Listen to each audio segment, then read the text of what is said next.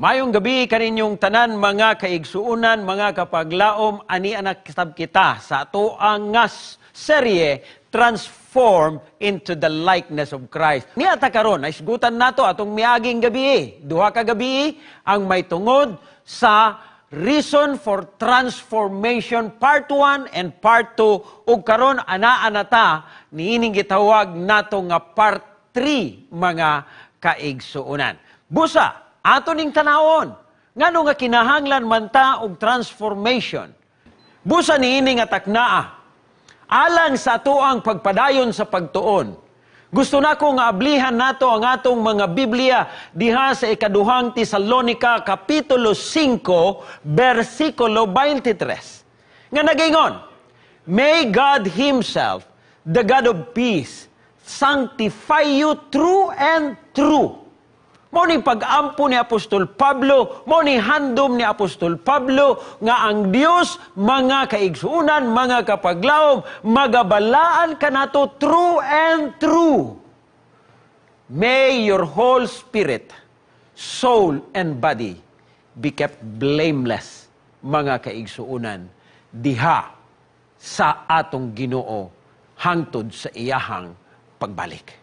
So kung makita nato mga kaigsuunan, kung unsa kabililhon niini nga atong pagkinabuhi, unsa kabililhon ug unsay pagkinahanglan nga kaog-ako makaangkon kining gitawag nato nga reformation and transformation aron mahisama kita diha kang Kristo. Tanawon nato ang dugang nga mga rason. Reasons for transformation or reformation, part 3 mga kaigsuunan. Human na ang part 1 ug part 2 ug atong ipadayon, ni ay dugang mga kaigsuunan nga rason why there is a need of reformation, niining taknaa, to secure the highest development of mind, body, and soul. Ang isinungdan mga kaigsuunan aron nga maangkon nato ang pinakataas nga development sa atong mga hunahuna, sa atong lawas, bisan pa sa atong kalag mga kaigsuunan. Nagaingon dinhi ang sinulat. God has permitted the light of health reform to shine upon us in these last days. Gitugutan na sa Dios nga mudanag nining mensahe sa health reform, nining katapusan nga mga adlaw, that by walking in the light, we may escape many of the dangers to which we shall be exposed. Nga pinaagi niini nga kahayag mga kaigsuunan, malikay kita niining mga katalagman nga atong masugata niining katapusan nga panahon.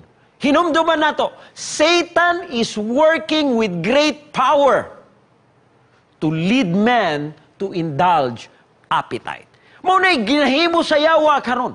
Nagapangita siyag paagi, unubanan sa dakong gahom mga kaigsunan, aron ikaw gako, yahan ang birahon to indulge in appetite. Kana bitaw walay pagpugong. Mao nga kung inyong tanawon ang atong palibot karon ang mga katawhan na wa nay pagpugong. Kaon diri, kaon dito, trabaho diri, trabaho dito, gadget diri, gadget dito, wa na gay pugong. Bisan gani sulod sa pamilya wa nay panahon. Ang pamilya mag-istoryahanay kay iya-iya na gadget mga kaigsunan. That is what the enemy is doing. To gratify our inclination and spend their days in heedless folly. Makita nato nga ang purpose sa kaaway aron watay mahimo. Mahuman na lang ang adlaw wag yun tay agi mga kaigsunan. Niya pa, he, that is Satan, present attraction in a life of selfish enjoyment and of sensual indulgence. Mao na yang trabaho. Aron nga, makaangkon ta anang sa atong kinabuhi kaning gitawag nga selfish enjoyment, ga-enjoy rata sa atong kagalingon. Bahala mo din na. Intemperance, tinawan ninyo, saps the energies of both mind and body. Ang atong sa walay pagpugong mga kaigsuunan, magakuha sa tanan enerhiya sa atong hunahuna, sa atong lawas, nga inigabot o gabi, luya na ta kaayo. He who is thus overcome has placed himself upon Satan's ground. Sa diha nga nagmadinaugon ang yawa sa atong kinabuhi, ugwata ni resistir niya, pinaagi sa grasya sa Dios, we become in the place na ibutang na kita diha sa dapit sa atong kaaway nga teritoryo. Where he will be tempted and annoyed. Muna na, sa diha nga naa na sa iyahang teritoryo, mga kaibigan, nga nakuha na ta sa iyahang paon. Kita talon, kanunay, and finally controlled at pleasure by the enemy of all righteousness. Ang maitabo mga kaigsunan sa diha nga nisugot na ta, iyan natang gunitan sa atong liog ug siya na'y magbuot sa atong kinabuhi. Let it be ever kept before the mind that the great object of hygienic reform is to secure the highest possible development of our mind, our soul, and our body, mga kaigsuunan. Maunay tumong og tuyo. Ngaron nga kinay pagabot tining tentasyon sa kaaway, ana atay kasagang kay na-develop nato pinaagi sa grasya sa Dios ug si Kristo mo'y nagpuyo sa atong mga kinabuhi. Numduman nato, obedience to them will promote our happiness in this life. Hinumduman nato nga sa diha nga magmasinugtanon ta sa pagtuman sa mao nga mga pamaagi, balaod sa Dios. Magahatod ka nato, kalipay sa atong kinabuhi, and will aid us in a preparation for the life to come. Mga kaigsuunan, dili lamang alang niining kinabuhi nga sa diha nga magtuman ta, maangkon nato ang kalipay, nini nga kalibutan. Apan, dili lamang kana, giandam pagyug kita para didto sa umalabot nga kinabuhi nga wa nay katapusan. Amen? Muna, ang tumong og tuyo. So ngano na kinahanglan ta og reformation? Ikaduha nga rason alang niining part 3 mga kaigsunan, because matag-usa ka nato, gitagaan ta og momentous truth. Remember, momentous truths committed to who? Walain, kundili, kamo nga miyembro sa Seventh-day Adventist Church. Kita nga mga miyembro ni ini nga iglesia, gitagaan ni ana nga kamatuuran. Tanawa ra gud ang gisulti. Seventh-day Adventists are handling momentous truth.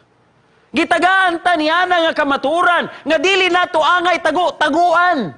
Apan angay natong isabwag ug gihatag ngadto sa mga katawhan. Sa panahon ni Ellen White nagingon siya, more than 40 years ago the Lord gave us a special light, and that was in 1863. Special light on what? On health reform. But the question is, how are we walking in that light? Kumusta man ang atong paglakaw ni ana nga kahayag? Nilakaw ba ta mga kaigsuunan? Naglakaw ba ta ni ana nga kahayag mga kapaglaom? Kung atong tanawon, how many, ingon pa ni Ellen White, have refused to live in harmony with the counsel of God? Pilaman ka nato, gikan sa paggawas niya nga mensahe sa health reform, pagatiman sa atong lawas, pagatiman sa atong relasyon sa panimalay, relasyon sa atong isigkatao, relasyon sa sulod sa iglesia. Labaw sa tanan, relasyon sa Dios. How many have refused to live in harmony with the counsel of God? As a people, we should make advancement proportionate to the light received. Kita nga mga katawhan sa Dios, magahimo unta og pagpadayon pag-advance. Sumala sa gidaghanon sa kahayag o kamatuoran nga atong nadawat mga kaigsuunan. Otherwise, maulahi kita. Tanawan gyud ninyo, it is our duty to understand and respect the principles of health reform. Duty ni sa tanan nga mga Adventista.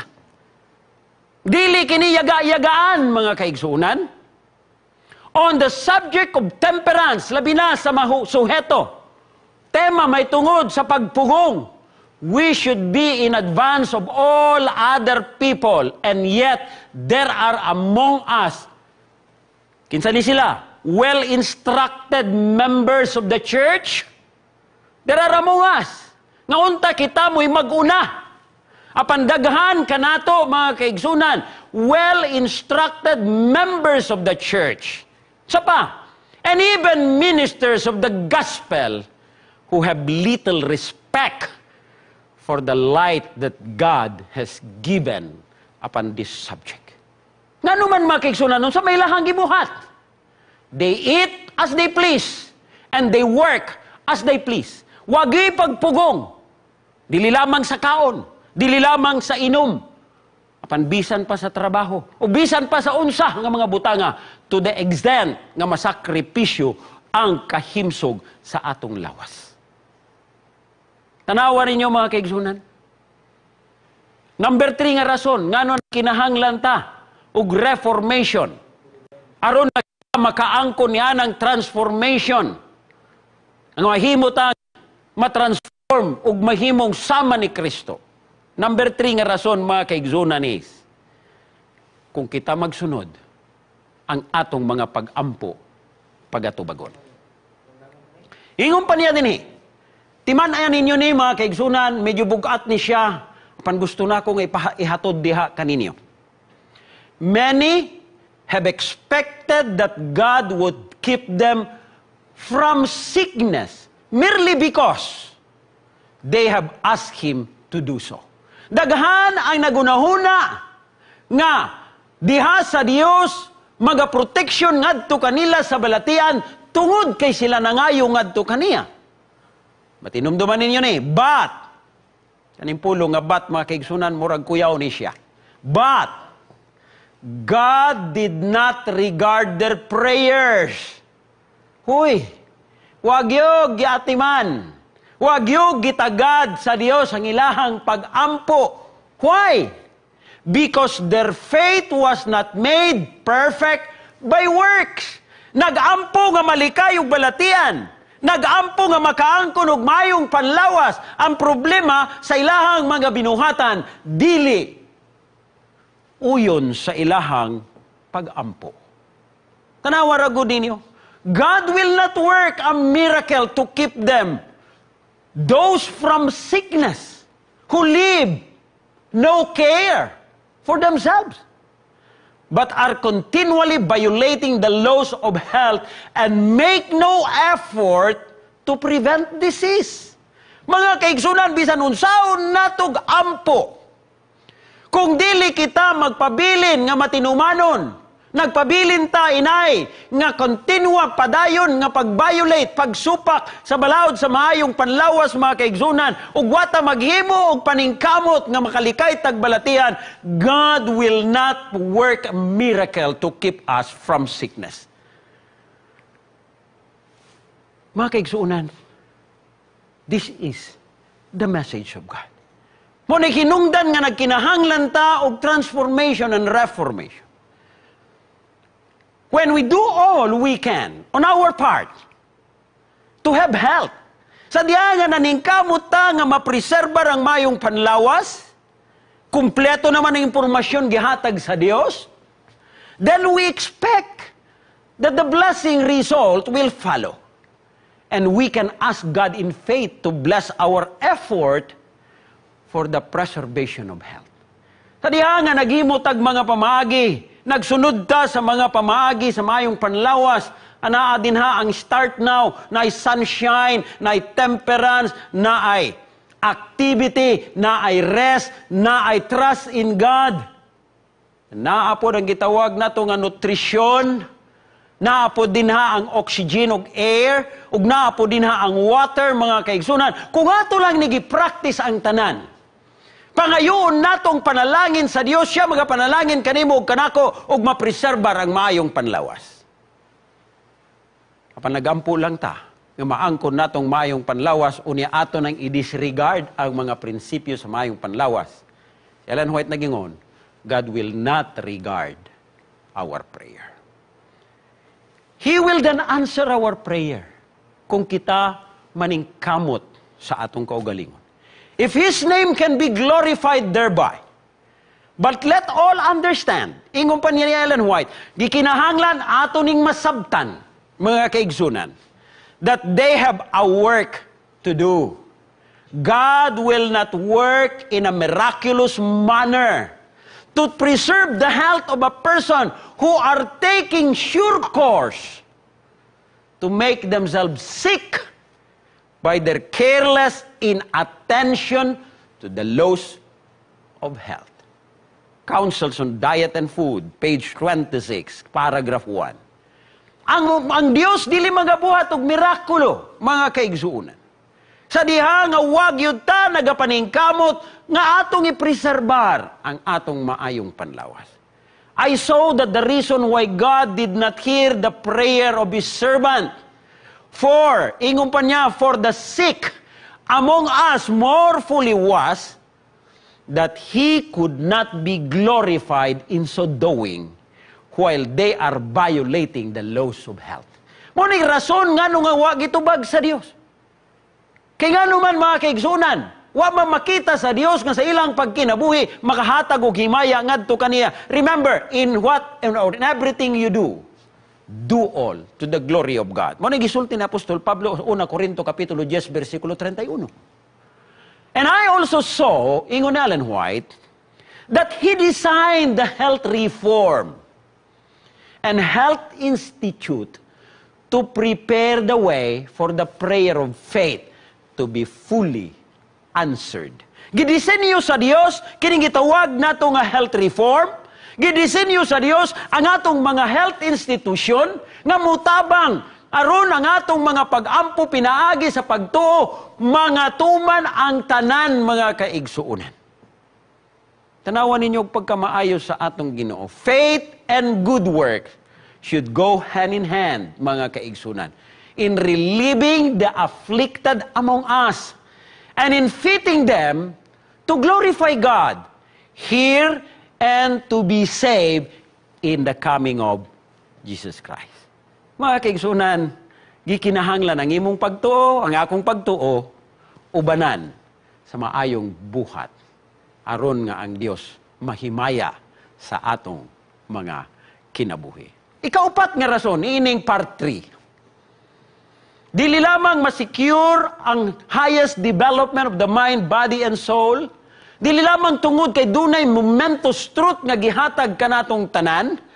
Apan ang atong pagtuman, magadala kanato sa kasulbaran o matubag ang atong mga pag-ampo.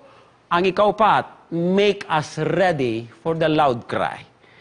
Magapreparar kanato mahimo kitang maandam ni anang adlawas sa dakong pagsinggit sa mensahe sa ikatulo nga manulunda. The health reform, tanawan ninyo. I was shown, ingon pa ni Ellen White, is a part of the third angel's message. And it's just as closely connected with it as are the arm and the hand with the human body. Kining third angel's message, konektado ang health reform niini nga muragid ni siya og bugton og kamot og ang lawas mga kaigsunan. I saw that we as a people must make an advance move in this great work. Kita nga mga katawhan sa Dios, kita nga nagaangkon nga salin nga iglesia.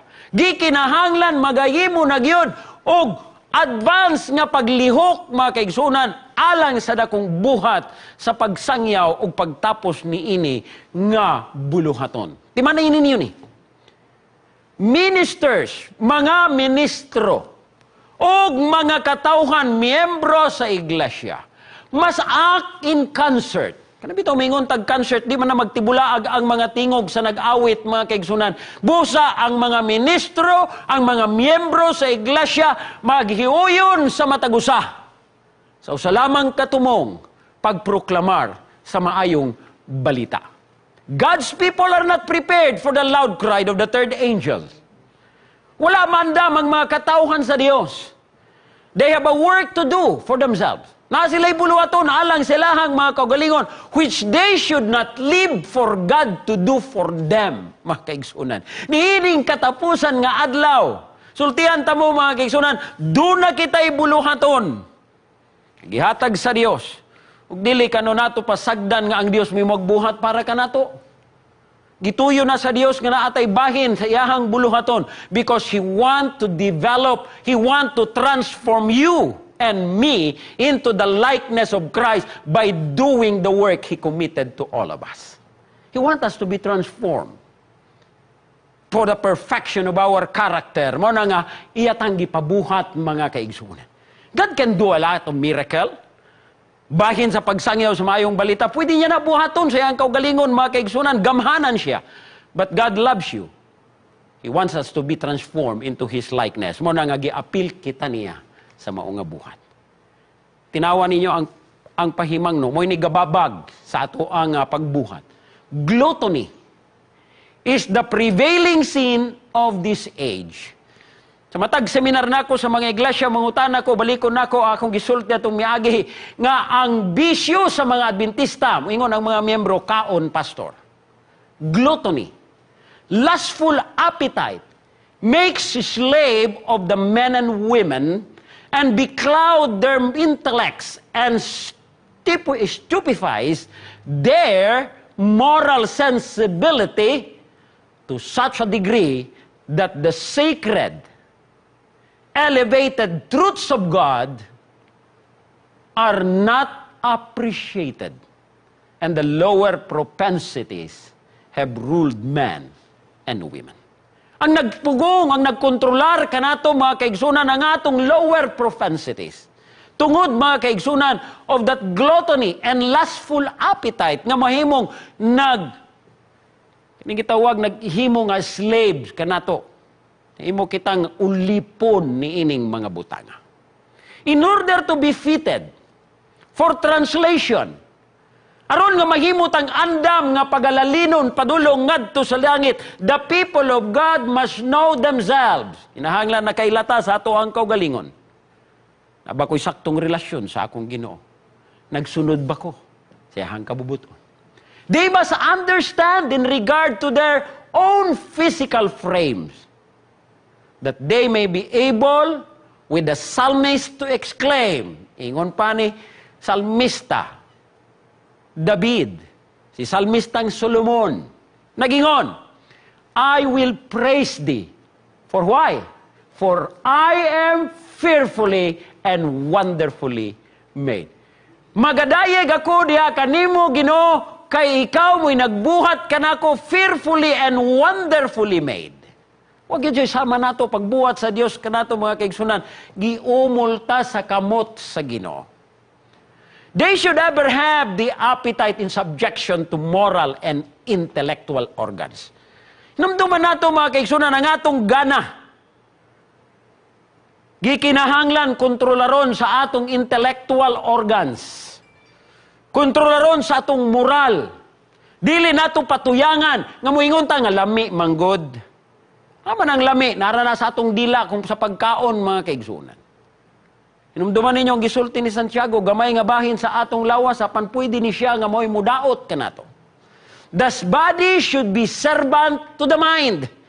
Tanawa ragod ninyo ngano nga gibutang ang atong utok ibabaw mga kaigsunan, tungod kay ang lawas unta mo'y musunod ani, dili ang utok mo'y musunod sa lawas, and not the mind to the body.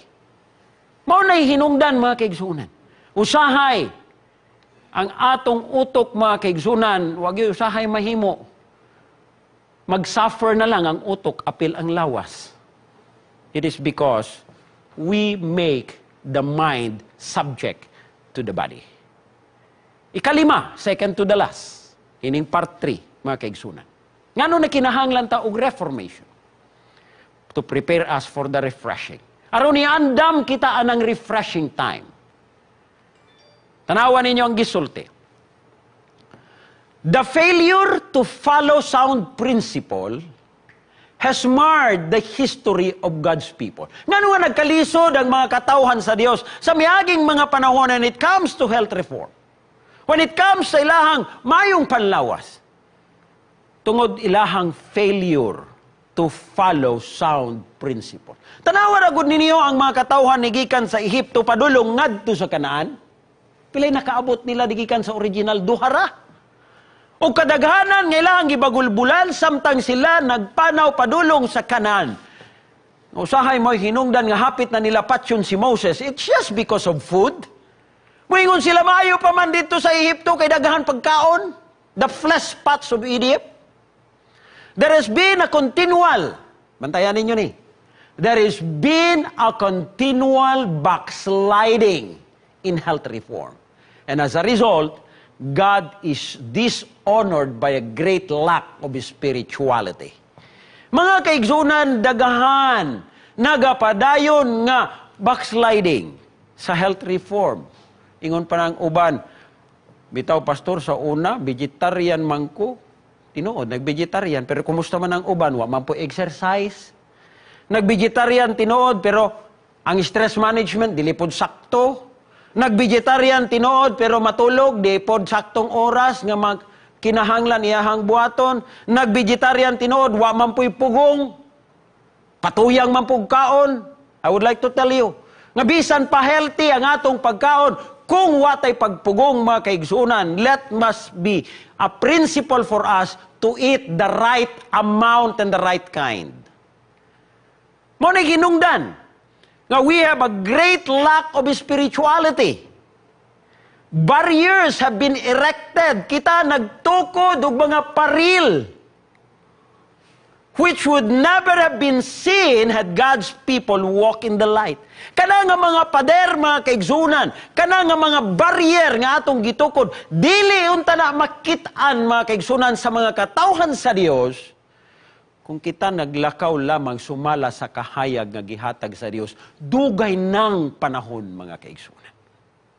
Mao nay hinungdan nga kita mismo ga-suffer ni ining mga panahon. Ang pangutana is, shall we, who had been such a great opportunity, allow the people of the world to go in advance of us in health reform? Mutugot ba ta mga kaigsunan nga ang mga katawhan sa kalibutan mo na mag-una og health reform kaysa kanato? Mo na makasusubong butang mga kaigsunan. Ang pagkamatuod karong panahon na. Sumala sa mga interview nga among gibuhat, mas daghan pa, sorry to tell you this, mas daghan pa ang dili mga Adventista masinsiro sa health reform kaysa mga Adventista karong panahon. Shall we cheapen our mind and abuse our talent by wrong eating? Shall we transgress God's holy law by following selfish practices? Mga kaigsunan mo ni pangutana nga, ato ning tubagon, individually. Kaya kung atong tanawon ng kalibutan, daghan ang mga katawhan, they are following healthy lifestyle more than the Seventh-day Adventist Church. Shall our inconsistency become a byword? Shall we live such unchristian-like lives that the Savior will be ashamed to call us brethren? Muna mga pangutana, mga kaigsunan, magpabilin bata nga magkinabuhi sa kinabuhi nga daw dili Kristohanon o ang atong manluluwas maulaw pagtawag kanato nga igsuon? Muna gisulti kanato mga kaigsunan pahimang no niining katapusan nga mga panahon.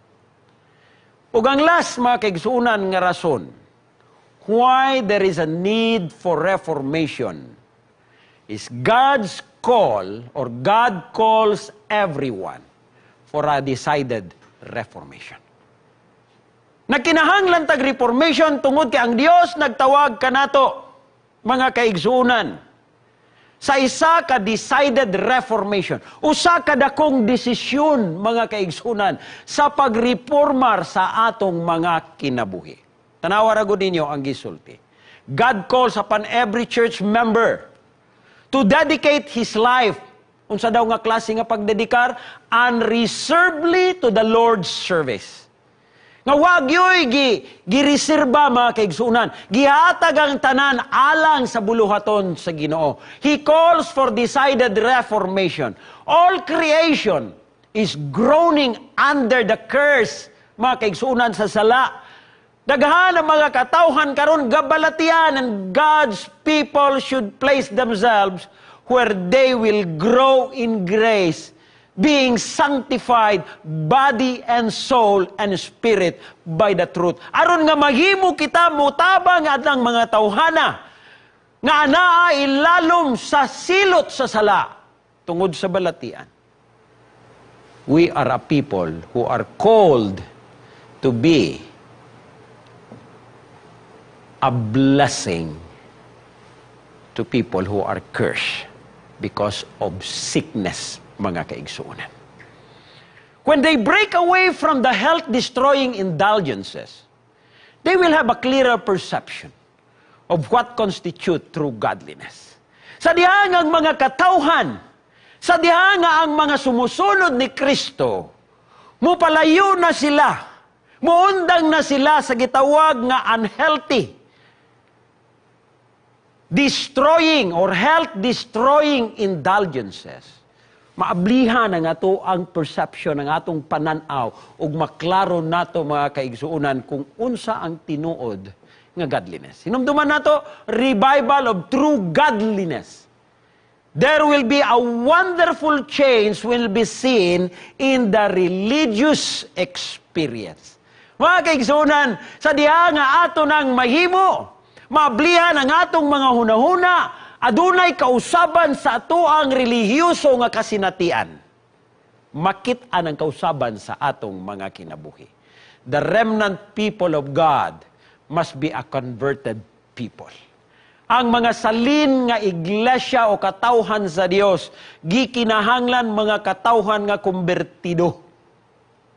The representation of this message is to result in the conversion and sanctification of souls. Mga kaigsunan, ang pagpresentar niini nga mensahe sa kaluwasan, sa kalibutan, resulta kini mga kaigsunan sa usa ka kinabuhi nga nakonverter og nabalaan diha sa Dios. And we are to feel the power of the Spirit of God in this movement. Mga kaigsunan, ang Dios gahulat kanimo. Iya kang gamiton, iya ko ang gamiton. This is ingon pa niya a wonderful, definite message. It means everything to the receiver. And it is to proclaim with a loud cry. Gikinahanglan isinggit nato diha sa kadapusan nga pagsinggit mga kaigsunan. This message will go forth. Ingon pa niya, we must have a true, abiding faith that this message will go forth with increasing importance till the close of time. Mga kaigsunan, ang matag usakan nato magabuhat sa buluhaton hangtod sa katapusan nga panahon. This is need a decided effort, mga kaigsuunan, a decided change. Nga kung atong tanawon, it is time for us to humble our proud, self-willed heart ug atong pangitaon ng Diyos, and let us seek God while He may be found. As a people, we need to humble our hearts before God. Mga kaigsunan, for the scars of inconsistencies are on our practice. Ikinahanglan nato ning itugyan ang atong kinabuhi ngadto kaniya. The Lord is calling us, mga kaigsunan. Nagatawag ang Dios matagusa ka nato niining buluhaton. The day is far spent, the night is has end. The judgment of God is already seen, mga kaigsunan, both in land and on sea. No second probation will be granted us. Mga kaigsunan, mauna ang atong gikinahanglan. So in summary, alang sa atong mensahe karong gabi, in summary mga kaigsunan, why there is a need of reformation, it is because to secure the highest development of our mind, body, and soul. Number 2, because the Seventh-day Adventist was entrusted with the momentous truth committed sa ato atanan. Ug number 4, mga kaigsunan, sa atong pagsunod, ini nga mga balaod sa mayong panlawas, maangkon nato ang tubag sa atong mga pag-ampo alang sa kahimsog o kapisgay sa atong mga lawas. Make us ready for the loud cry. Mo nang kinahanglan tag reformation. And preparation for the refreshing. Because God calls everyone for a decided reformation. Mga kaigsunan, ingon pa sa Galacia Kapitulo 5, versikulo 24, those who belong to Jesus Christ have crucified the sinful nature with its passion and desire. Ug nagingon ni Apostol Pablo, it's no longer I that live. It is Christ that lives in me. Mga kaigsunan, ngini nga taknaa, hinaot, nga tugutan nato ang Dios magkinabuhi sa atong mga kinabuhi. Aron maangkon nato ang tininod nga pagka-Dios noon, and we will be transformed into the likeness of Christ, mga kaigsunan. Nga mauni ang tumong o kalabuton sa kaluwasan is to bring back the lost image of God in our life. Ang Dios magapanalangin kaninyo. Ang Dios magagiya ka nato. Samtang kita magpadayon sa pagbuhat sa iyahang buluhaton. Magaampo kita. Salamat, Ginoo, sa imong pagpakita kanamo niining mga mahinungdanon nga mga rason ngano nagkinahanglan kami sa reformasyon. Tabangi kami, Ginoo, nga amo kini nga aplikar sa among tagsa-tagsa ka mga kinabuhi labi na ni ining mga katapusang panahon aron maangkon namo nga matransform ang among mga kinabuhi sama sa kinabuhi ni Kristo. Salamat sa pagpanalangin sa mga kaigsuunan. Salamat sa imuhang grasya sa ngalan Ginoong Hesus. Amen.